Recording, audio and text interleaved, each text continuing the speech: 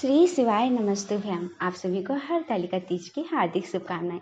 ये हरतालिका तीज इसलिए मनाया जाता है क्योंकि कहा जाता है कि आज के दिन महादेव जी प्रकट होकर माँ पार्वती जी को वरदान दिए थे कि आपका विवाह मेरे साथ ही होगा। इसलिए इस व्रत को किया जाता है। हर सुहागन इस व्रत को इसलिए करती हैं ताकि उनका सुहाग हमेशा सलामत रहे, और कुंवारी लड़कियां इस व्रत को इसलिए करती हैं ताकि उनको अच्छा जीवन साथी, अच्छा घर बार मिले और उनकी हर मनोकामना पूर्ण हो। इसलिए ये तीज का व्रत लोग करते हैं। तो चलिए जानते हैं कि ये हरतालिका तीज की कथा क्या है। एक दिन माँ पार्वती महादेव जी के संग बैठी थी और उन्होंने महादेव जी से प्रश्न किया कि प्रभु जरा एक बात तो बताइए, मैं आपकी बचपन से पूजा आराधना कर रही हूँ पर आप कभी प्रसन्न नहीं हुए। इस बार ऐसा क्या हुआ कि आप प्रसन्न भी हुए और हमें वर भी देने आए और हमारा विवाह भी हुआ। तो महादेव जी कहते हैं, पार्वती उस दिन भाद्रपद मास की शुक्ल पक्ष तृतीया थी, जिस दिन तुमने पूजा आराधना की थी, इसलिए मैं प्रसन्न हुआ। तब माँ पार्वती कहती हैं, मैं तो आपकी पूजा आराधना बचपन से कर रही हूँ और ये दिन तो कई बार आए होंगे, पर इससे पहले आप कहीं प्रसन्न नहीं हुए, आखिर क्यों। तब महादेव जी कहते हैं, पार्वती क्योंकि आप जो इस बार की थी पूजा आराधना वो अलग तरीके से की थी, जिसकी वजह से मैं प्रसन्न हुआ था, इसलिए मैं वर देने चला आया। तब माँ पार्वती कहती हैं कि प्रभु, हे देवों के देव महादेव, हे शिव शंभु, कृपा कीजिए और कृपा करके इस व्रत को विस्तार से बताइए, इस कथा को विस्तार से बताइए। हमें जानना है कि आखिर ऐसा क्या हुआ था कि आप प्रसन्न हुआ और हमारा विवाह हुआ। तब माँ पार्वती जी को कहते हैं महादेव जी, पार्वती एक दिन नारद मुनि यानी कि देवर्षि आपके पिता के यहाँ पहुँचे और उन्होंने कहा, नारायण नारायण। तब आपके पिता हिमालय राज ने कहा, देवर्षि आप यहाँ, और उनका स्वागत किया। तब देवर्षि कहते हैं, हे हिमालय राज, मैं आज एक प्रस्ताव लेके आया हूँ। तब हिमालय राज कहते हैं, प्रस्ताव? कैसा प्रस्ताव देवर्षि? तब देवर्षि कहते कि मैं ये प्रस्ताव लाया हूँ कि विष्णु जी का विवाह पार्वती जी के साथ हो। ये बात सुनते ही हिमालय राज तो बहुत खुश हुए। खुश क्यों ना हो यार, हर कोई चाहता है कि उनकी बेटी को अच्छा वर मिले और विष्णु जी मिल जाए तब तो भाग ही खुल जाए। तो ये बात सुन के हिमालय राज बहुत खुश हुए।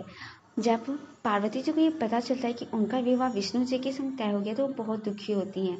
दुखी होके वो अपनी सखी के पास जाती हैं। सखी उनको देख के पूछती है, पार्वती क्या हुआ, तुम इतनी दुखी क्यों हो। तब पार्वती कहती हैं, हे सखी, मेरा विवाह विष्णु जी के संग तय हो गया है, परंतु मैं विवाह विष्णु जी के संग नहीं कर सकती क्योंकि मैं पति के रूप में महादेव जी को मानती हूँ। बचपन से मैं उनकी आराधना करती आ रही हूँ। अगर मेरा विवाह उनके संग नहीं हुआ तो मैं अपने प्राण त्याग दूंगी। तब सखी कहती है कि पार्वती परेशान मत हो, कोई ना कोई उपाय जरूर होगा। तो कहती हैं, पार्वती जी कहती हैं कि नहीं, अगर कोई उपाय नहीं निकला तो मैं अपने प्राण त्याग दूंगी, पर मैं विष्णु जी के संग विवाह नहीं करूंगी। मैं विवाह करूंगी तो सिर्फ और सिर्फ महादेव जी के साथ ही करूंगी। तब सखी कहती हैं, पार्वती एक उपाय है, मैं तुम्हें वो पूजा विधि बताती हूँ। चलो एक घने जंगल में चलते हैं, वहाँ पर हम ये पूजा विधि करेंगे। मुझे पूर्ण विश्वास है कि इस बार महादेव जरूर प्रसन्न हो जाएंगे और तुम्हारा विवाह महादेव जी के संग जरूर होगा। पार्वती जी कहती हैं, ये तो बहुत अच्छी बात है, ठीक है चलो। और पार्वती अपनी सखी के संग घने वन में चल देती हैं। इधर हिमालय राज ये बहुत खुश होते हैं। वो अपनी बेटी के कक्ष में जाते हैं उन्हें बताने के लिए कि उनका विवाह विष्णु जी के संग तय हो गया है। वो जाते हैं तो देखते हैं वहाँ पर तो पार्वती है ही नहीं। हिमालय राज बहुत परेशान हो जाते हैं, चारों तरफ खोजना शुरू कर देते हैं, परंतु उन्हें कहीं पर भी उनकी पुत्री नहीं मिलती है। तो सोचने लगते हैं कि अगर पुत्री नहीं मिली, बारात आ गई, तो विवाह कैसे होगा। वो बहुत परेशान होते हैं। इधर माँ पार्वती एक गुफा में बालू की रेत से शिवलिंग बनाती हैं और उनका पूजा आराधना करती हैं। पूरी रात उसकी जागरण करती है बिना कुछ खाए पिए, और प्रातःकाल उस शिवलिंग की विसर्जन करती हैं। जब विसर्जन करके वो वापस आती हैं तो महादेव जी प्रकट होके कहते हैं कि हे पार्वती, मैं तुम्हारी पूजा आराधना से प्रसन्न हुआ, बताओ तुम्हें क्या चाहिए। तब माँ पार्वती कहती है, हे प्रभु, मेरी बस एक ही इच्छा है कि मेरा विवाह सिर्फ आपके साथ हो।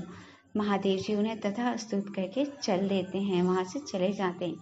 तभी वहाँ पे हिमालय राज आते हैं। वो अपनी पुत्री की ऐसी हालत देख के बहुत दुखी होते हैं और रोने लगते हैं। कहते हैं, हे पुत्री, ये क्या हाल बना लिया है तुमने।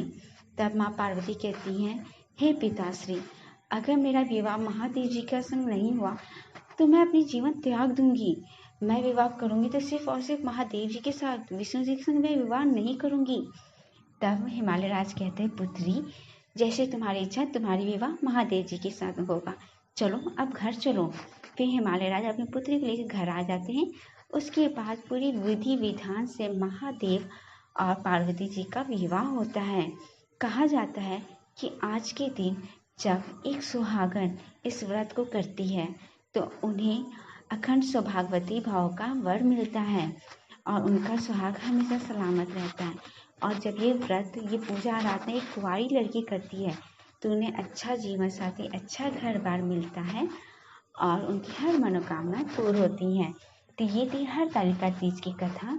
हर हर महादेव, जय शिव शंभू।